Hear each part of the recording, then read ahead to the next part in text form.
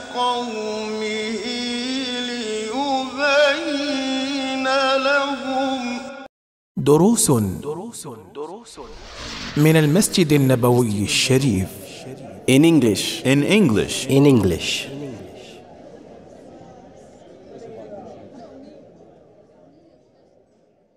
Then the Prophet ﷺ says, Uqatil, I have been commanded to fight. And notice that the Prophet ﷺ did not say aqtul, been commanded to kill. And there's a difference between uqatil and aqtul. Yani one of them is on the wazn or the strand of the verb, or the form of the verb, which is fa'ala, which means that there is some type of participation. Yani that there's two parties involved. Whereas aqtul, which means kill, does not need to necessarily involve an active participation from both sides. And here what we find is that some people, and Allah subhanahu wa ta'ala knows best, intentionally or unintentionally, they've actually translated this hadith to say, I have been commanded to kill people. And famous books that have been translated into English, and some of them that have not been translated by Muslims. But non-Muslims and Muslims alike, some of them translate this hadith as saying, I have been commanded to kill people.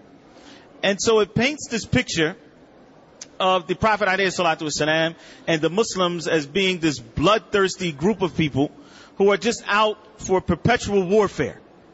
And that they just want to fight everybody. And they want to kill everybody. And that this is the nature of the Muslims. And even if Muslims of today, the 1.6 billion Muslims on earth, are not actively following this hadith, this is still part of their law. And if they could, they would. This is still part of the law of the Muslims, that they are supposed to go out and indiscriminately kill non-Muslims. This is what they would have people believe based on their faulty understanding of this hadith.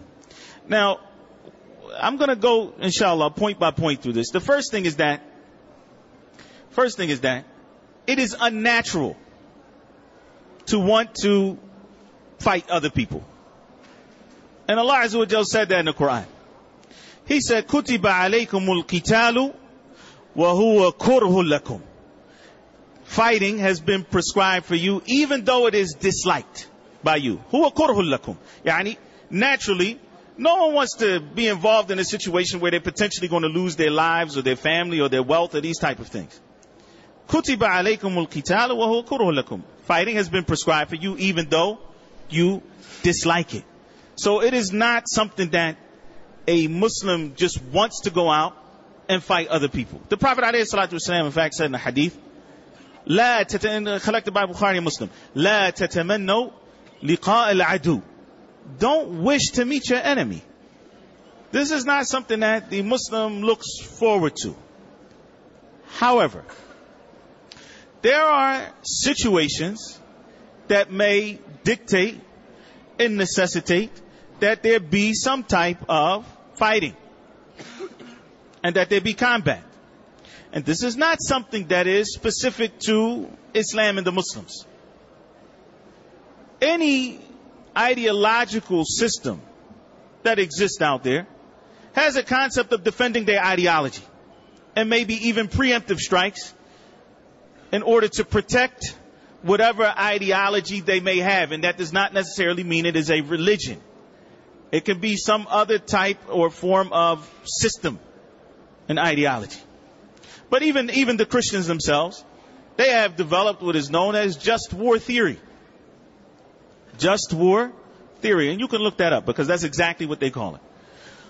Which means that though we view war as something that is terrible, something that we would prefer not to be involved in, there may be situations, atrocities that can be avoided, circumstances that need to be dealt with where war is not the worst option.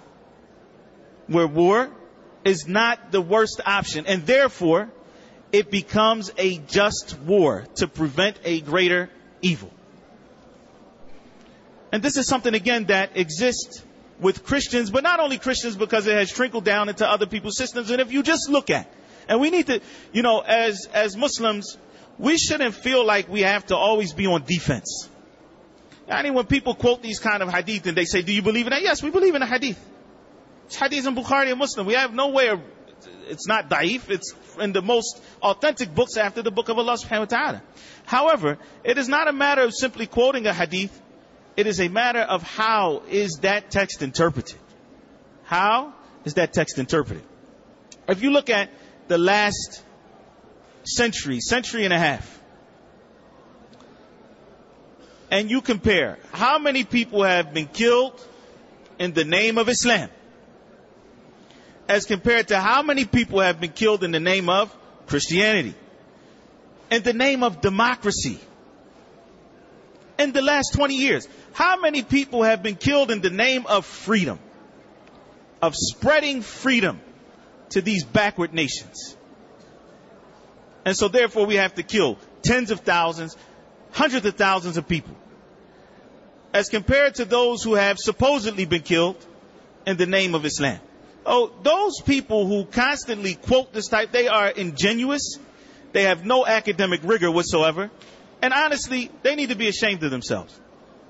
And we as Muslims should not step back from our position as Muslims and our duty to call to the way of Allah subhanahu wa ta'ala. Because, and we should be fully aware of this, there is a movement to actively redefine Islam. Redefine what is acceptable as Islam. And we have to be amongst those who see this plot and recognize that, no, we're not going to redefine Islam. We are going to look for the proper interpretation of Islam and spread that to the people, bi'idhnillahi ta'ala.